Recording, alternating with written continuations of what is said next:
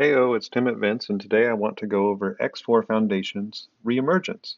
It's an overhaul mod for X4 Foundations that may be similar to Star Wars Interworlds in that that's also an overhaul mod. If you watch my video on Star Wars Interworlds, then you may kind of know what an overhaul mod is, but it revamps the entire universe, new map, new ships, new mechanics, but unlike Star Wars Interworlds, it allows you to play the plots. They may be more difficult because it uses VRO, Variety and Rebalance Overhaul, but uh, it is possible to play the plots unlike Star Wars Interworlds. However, it is lacking Star Wars Interworlds maintenance mechanics, which I find a lot of fun. So, pros and cons. However, if you've played X4 Foundations, maybe 20, 40 hours or more, and you're wanting to start modding, Reemergence is where it's at. Particularly using DeadAir's mods, I think that you will be quite pleased with the simulation, assuming your computer can handle it. Let's. This video will probably be somewhat lengthy. It's I've done a video on an end-game empire. This is a mid-game empire. We're going to go over how I set it up, and it is being influenced by my mod choices. So be aware that this is not a vanilla playthrough by any means, and your mileage may vary. Let's go through the extensions first.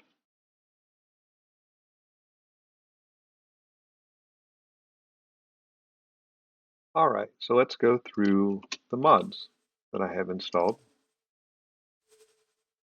I have disabled protected UI mode. This is important, and you may need to change it in a config file. On my GitHub, I have instructions for how to do that. I'm using all of the possible DLC as of this release. This is the 8.0 HF3 codebase I'm on for the game. And then going through the mods, DeadAir Economy and Scripts up the simulation level to 10 out of 10, adds jobs, helps AI empires plug holes in the economy better, expand better, does a whole bunch of cool stuff. These are just wonderful mods by a wonderful modder, and I don't recommend them for your first playthrough. I don't recommend any mods for your first playthrough, but these in particular, the AI is more self-sufficient, and so there are fewer holes for the player to exploit. You need to kind of know what you're doing with these mods, but they're really good, and I highly recommend you check them out. Goose is a member of the Reemergence team and made reworked equipment mods. It removes the RNG from modifying your ships. I don't do that very often, but this is a highly recommended mod if you do equip mods on your ships. QWERTY has a UI extensions on HUD. This is a support mod for other mods, but then friendly fire tweaks basically keeps you from accidentally aggroing friendly fire, aggroing enemies using friendly fire, which is a huge issue in the vanilla game. And in my opinion, this should be standard in the game. If you only install one mod, install friendly fire tweaks. Bloodslow Tater Trade. This is actually by Dead Tater, and I would consider this an imbalancer. Having access to traders this early and not using the vanilla behavior can eliminate or eradicate or at least trivialize the early game. But I wanted to do that on purpose for this playthrough, so I'm using Tater Trade. I'm actually using Dead Tater. Warehouse Fleets maybe simplifies the game too much. It removes a lot of mechanics, but it is so beautiful. It allows you to use centralized warehouses for for aggregating all of your wares locally, and then you can link warehouses together such that you can cover the entire galaxy with a ware network. Really cool. Seems to be pretty performant as well. And I don't know. That's something that I'm just now trying this playthrough, and I'm really enjoying it. Custom tabs and equipment tooltips or UI changes. Ship reverse engineering is no longer required because diplomacy allows you to steal blueprints from factions that you are not friendly with. However, I find that Mysterio's implementation of the same idea through ship reverse engineering more fun because it includes piracy. You'll go pirate a ship, and then you can get that ship's blueprints or equipment on the ship, the blueprints for them as well by reverse engineering the ship. Really fun, not necessary, but why not?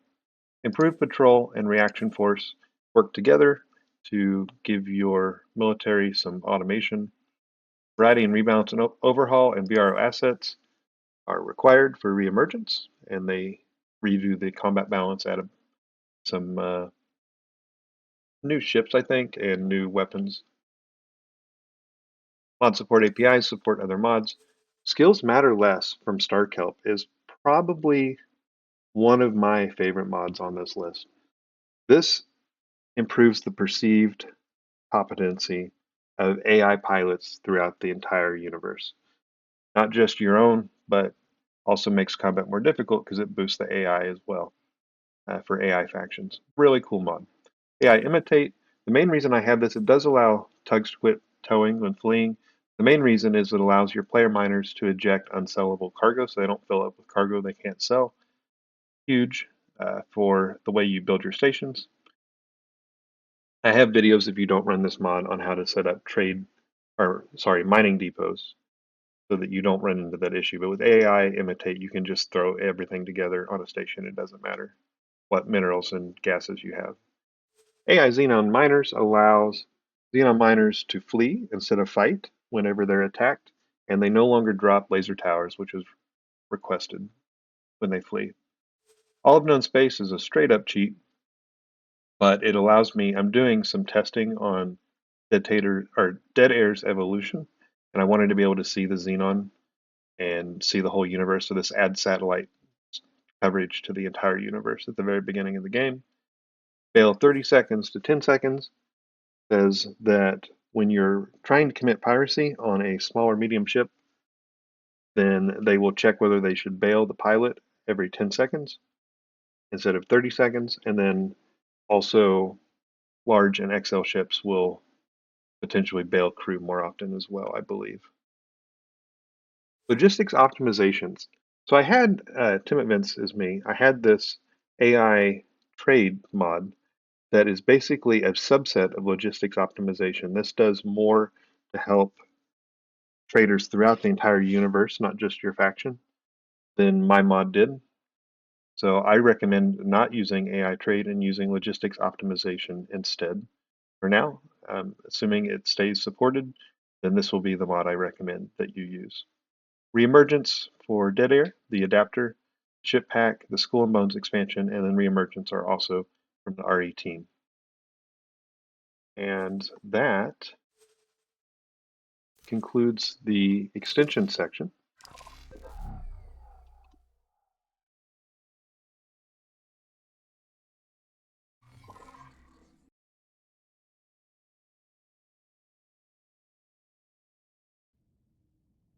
Now I want to go over DeadAir's extension options that I have set. Go to the DA mod main menu, and we'll go through them one by one. So I have null protocol enabled, which allows factions to change their relations, go to war, make peace, that kind of stuff from diplomacy. However, it's a little slow for my taste. It does one at a time for every 2-3 hours, and that takes a long time. I like DA dynamic war as well. Before you enable this, I would go into maybe after you enable it. I'm not sure if you have to do it before or after, but go down here to the DW ignored factions. And if you have Kingdom of Boron, I recommend turning them on. They're off by default. So turn those on and then enable Dynamic War. And that will allow factions to wage war across the galaxy. Dynamic News, I turned on. DA Evolution. This one is sensitive, but in 8.0, the Xenon are just atrocious at being able to survive. What I would recommend is you enable evolution, minimize the evolution interval to 30 minutes, the smallest it'll go, and then enable Xenon Station Evolution. That will give them the ability to build better and to be more powerful, but it does not give them extra fleets, just the jobs that DA already increases. So, however, even that was lacking to me, so I went ahead and added 10 small Xenon fleets with fast fleet ordering on as well. But like I said, if you don't want to push it, you don't want Xenon to maybe give you grief in the end game, do not add Xenon fleets. Just add Xenon evolution and station evolution, and then minimize evolution interval. That's been my preferred settings anyway. DA fill is enabled, DA jobs enabled, and enable smart sector tags. DA gate you leave alone, DA god I've enabled, and then activate for all factions. Oh, and then also allow build in friendly owned sector. And that is it for the DA options.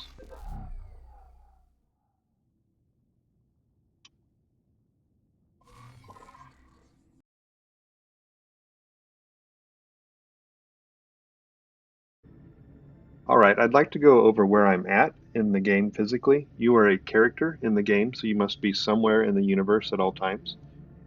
Right now, I'm at the headquarters inside the embassy.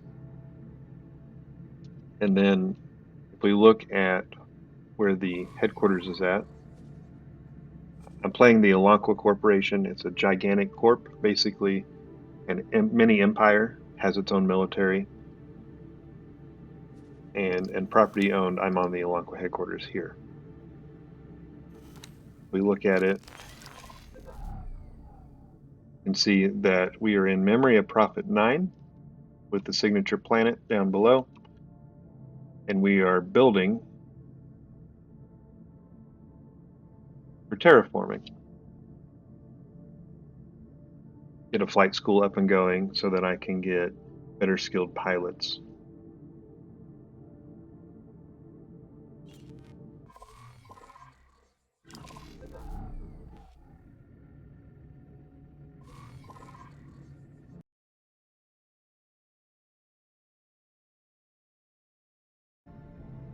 I'll show you how I set the Empire up in the UI using custom tabs. Under property owned, I have stations and all ships, and you can see there's nothing in here. If I build a station, while it is needing configured, it stays here, and then as soon as it's configured, it moves to another tab. Same for the fleets, and then unassigned ships. If I'm building a ship, either purposefully or through enable lost ship replacement, they go here in the unassigned ships, and then as soon as I can get them incorporated into the Empire, they go into another tab. So this stations and all ships tab is solely for things that need addressed. Custom tab A, where I keep my stations I use frequently, or ships that I use frequently, or that don't have default orders.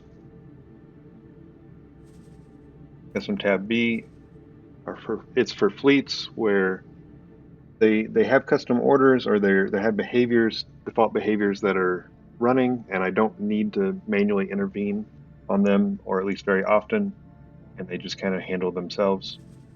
And custom tab C, where I keep most of my stations, and then also the 2 unassigned ships that I have here with the default behavior of dock and wait at the headquarters. These are the ships that I cannot replace in the game. They're unique. You can't get another Hydra Regal or another Raven prototype. Well, you can get another Raven prototype, to be fair. Technically, the only one that's truly unique here is the Regal, but you can't build the prototypes, the Ravens. So anyway, that's how I differentiate by tabs, and then I also have a tab for ships with inventory. So anyway, I find that tab to be quite helpful.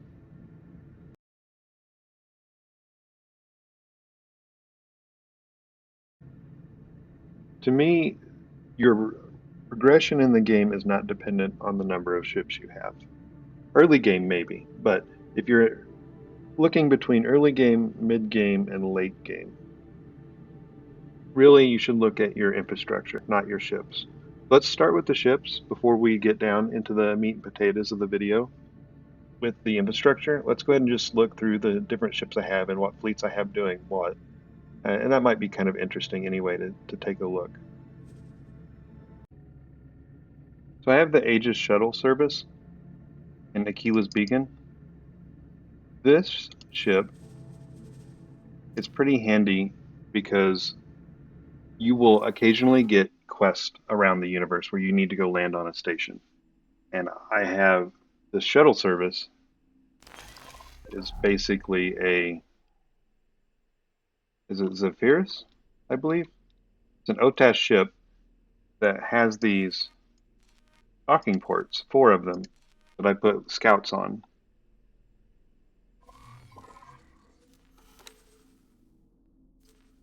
The Solano scouts. And so what I can do is tell a scout, hey, go somewhere, and it will go, and then I can just teleport to it because I have universe-wide teleport.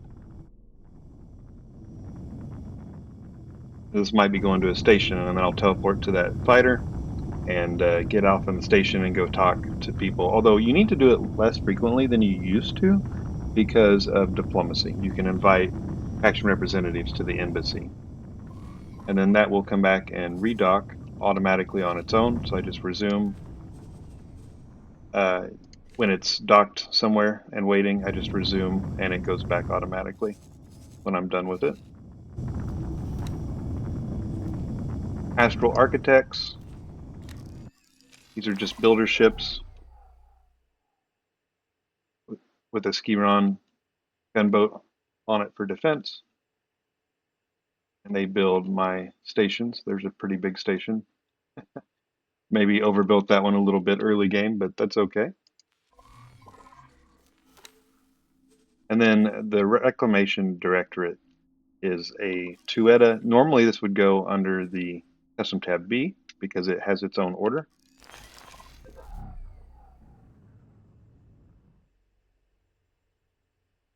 However, it's not just a salvager. This group also has a Duala, which is a repair ship native to Reemergence. Has a repair beam. This is really cool. And then I have a Mercury personnel for going and getting high-level crew or pilots that escaped before their ship was destroyed. That's all there under the Reclamation Directorate. And no usable wrecks found in range. It looks like it's working okay. Let's see. Yes, it's working on a wreck right now.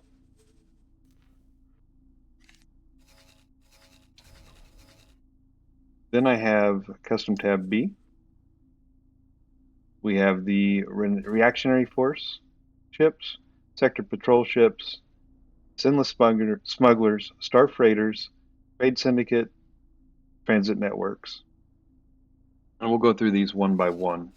But because Alaankwa Corporation is very large, it operates in different factions space. So Reactionary Force, when you see this dash OTAS or dash Tolati, it tells me what region of space this is operating in, if you wouldn't know just by looking at the location. Reactionary Force says go up to, in this case, 3 sectors away when there's trouble and try to help take care of it. It's a rapid response force, basically. And I have one in Tolati space and one in OTAS space, where I have assets. In this case, a logistics nexus and my PHQ is here, or my Alaankwa headquarters. Sector Patrol is similar to Reactionary Force, but it stays only in the sector that it's patrolling. And it's smart. See the defense sector? This is one of the mods. Allows this to respond to enemies as soon as they appear in the sector. It does not just go around randomly, but it actually pursues enemies within sectors. That's pretty handy. I love that mod. Sinless Smugglers. These are Deadtators. Traders that have the max distance set, the most I could do, which is 11, and they trade for multiple empires. They have no boundaries.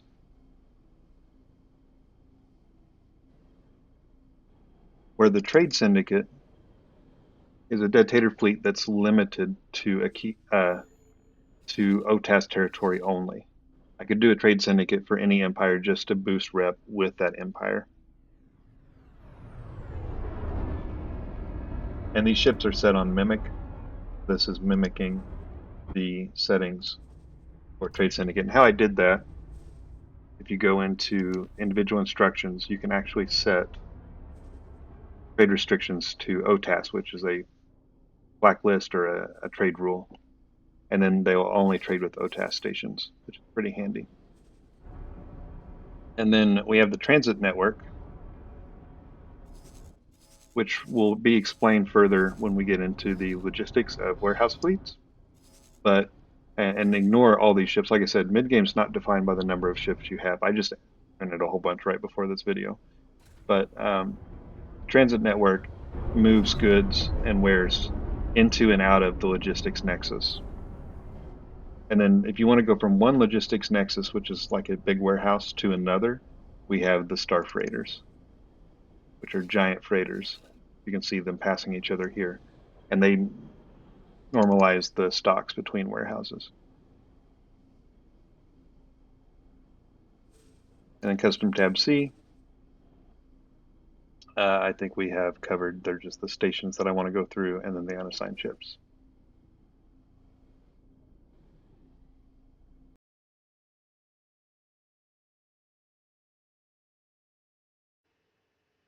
I'd like to go over warehouse fleets next. This is just a fantastic mod. The heart of warehouse fleets naturally becomes the warehouse. I call mine logistics nexus stations. And as you can see, you want a lot of docking. Warehouse fleets makes ships that are not doing anything return and dock. So you want a lot of docking because there are going to be a lot of docked ships at any point if they're not doing anything. And then the warehouse will go to stations that have output, grab the output and bring the output wares back to the warehouse, or they will take input wares from the warehouse to the factories, not just in the same sector, but anywhere you tell them to, any sector or station you tell them to, including other warehouses, or build storage as well. Build storage is also included in this list, and you can modify how frequently it will prioritize sending to build storage. You can also import and export from your empire using this warehouse, or you could build a trade hub if you wanted to. So if I go into the logical overview, you can see everything here I build in my empire currently, or I mine, like silicone ore being mined. And note that you don't need anything in the station account for this to work. Literally $0 and it's working fine, or 0 credits. And then I have station trades and station supply set to self for the Nexus. But what makes this work are the fleets. I set up transit networks. So for OTAS, which would be this logistics nexus, I have a transit network, which is a ship with a default behavior of warehouse fleet. The home warehouse is set to logistics nexus OTAS. And I have target set, basically all of OTAS space set as a target because I want to trade with all of OTAS space. I have a supply target for a wharf, which is in Legends Home. So it will fill this station up as much as it can. It will trade both internally and externally from the Alaankwa Corporation in all of these sectors. And it will do so with the priority of distribute normal supply high and trade low. So import export from the empire is low, supply like build storages is high, and distribute wares to and from factories is medium. And then you just mimic ships underneath that, and they will do what they're supposed to do. The star freighters, however, the star freighter, they transport between logistics nexus stations. So in this case, this one is home based at OTAS and is delivering to Tulati or to or from Tulati. And notice the targets, there are no sectors that are targets. I specifically removed the sectors and added just 2 warehouses. And that will move and redistribute wares and goods between those 2 warehouses. That is basically warehouse fleets in a nutshell. I'm just so blown away by how awesome it is. If anything, it maybe removes too many mechanics from the game as a downside, like your crew leveling and manager range are not that important anymore because logistics are handled um, solely by warehouse fleets. But it's also really good because it allows you to have multiple warehouses throughout the universe. And I have issues in vanilla where goods will ping pong back and forth between warehouses in small amounts instead of stabilizing. And this allows that logic to be handled by warehouse fleets.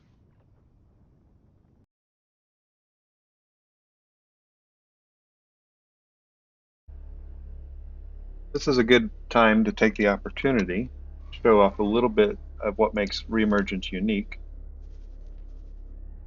We were just discussing star freighters, but the ostrich remains the backbone of the star freighters.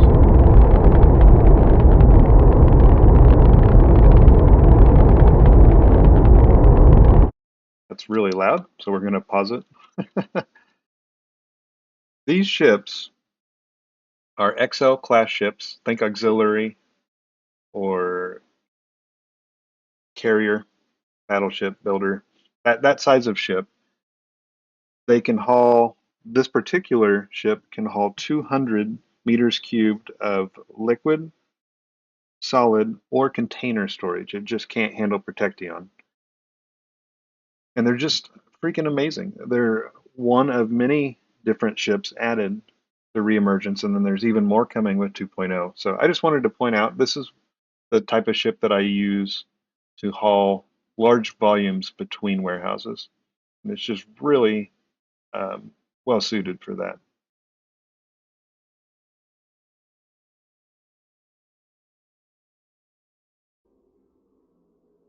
I also wanted to show off my wharf. I rushed a wharf in this playthrough because I wanted to take advantage of enable lost ship replacement features.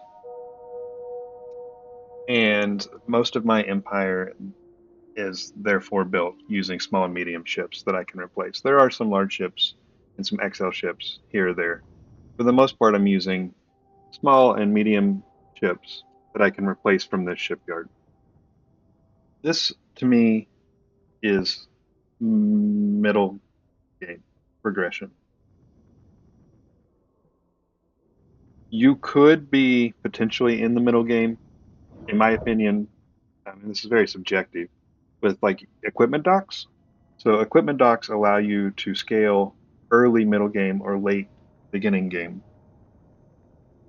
by not only are they great financially when AI factions will like repair at your equipment dock, but you can buy ships at shipyards and then equip them at your equipment dock. And even if you purchase all the materials for the equipment dock itself from the AI, it's still cheaper than equipping them at the shipyard where you buy them.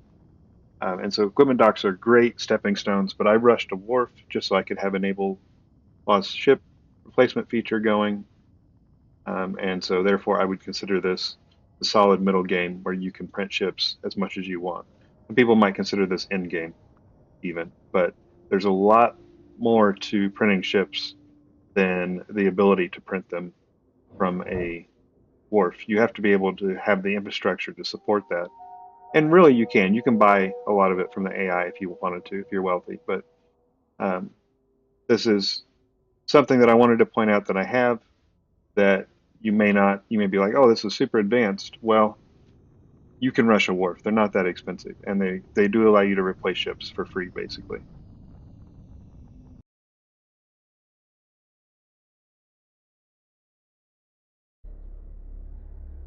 What makes the mid game, in my opinion?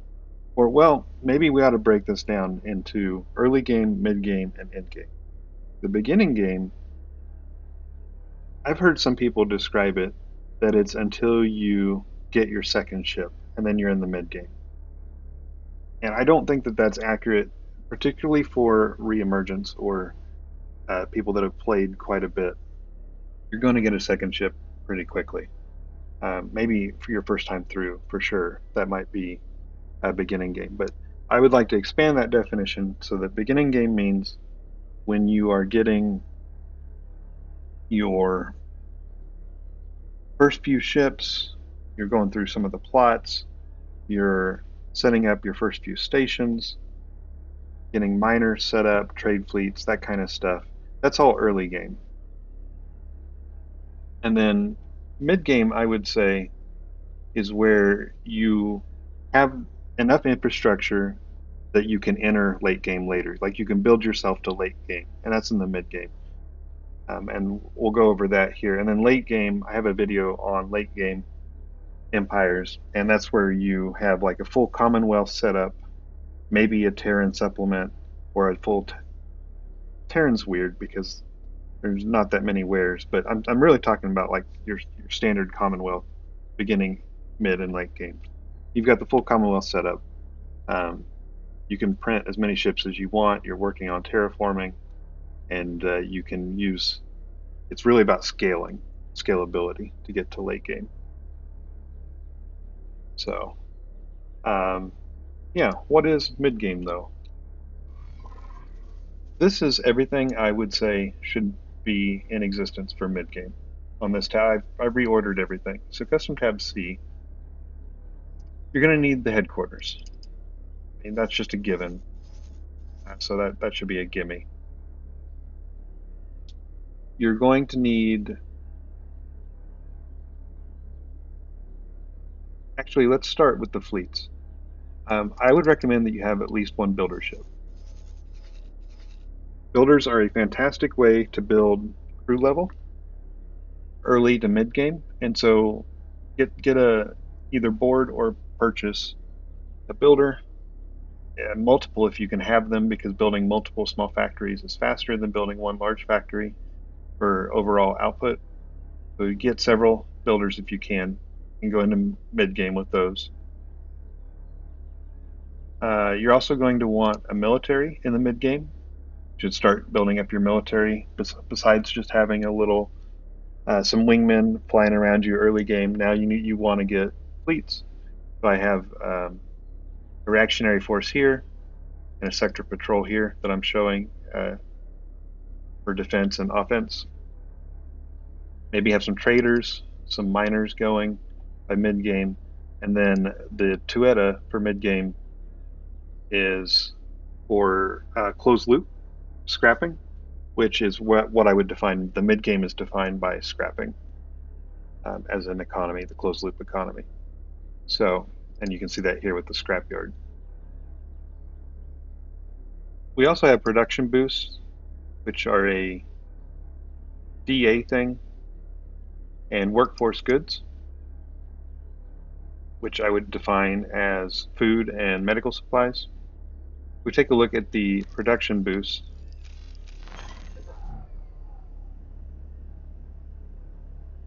it doesn't really take much. They're kind of like energy cells. They don't require any inputs, and they are used as inputs optionally across all empires, or most empires.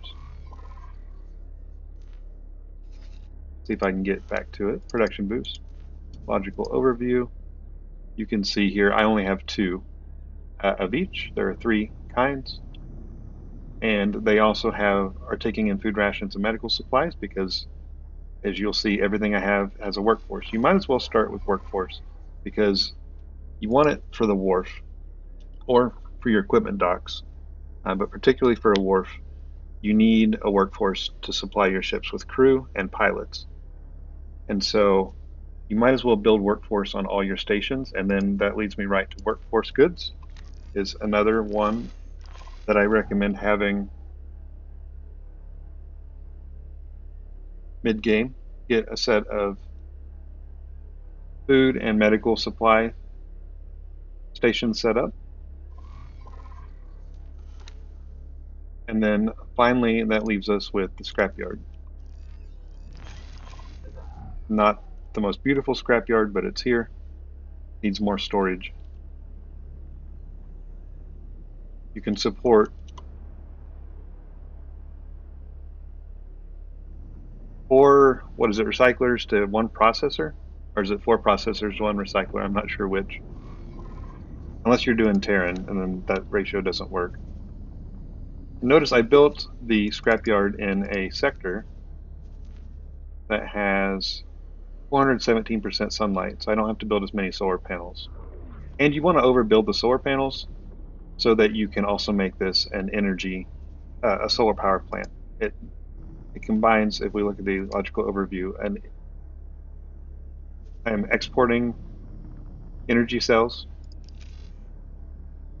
but I'm also exporting Claytronics and whole parts, which are used to build not only ships in the closed loop economy, but stations in the closed loop economy. So closed loop is a type of economy that is like the Commonwealth economy, but it's a subset. You can build everything with E-cells, Claytronics, and whole parts, as long as you're building certain things, like certain ships, certain weapons, and stations. That's why scrap economy is so powerful at this point, is like you can get a Tueta running, in a natural scrap field. He pops out these cubes. Then you have manicores will take those cubes,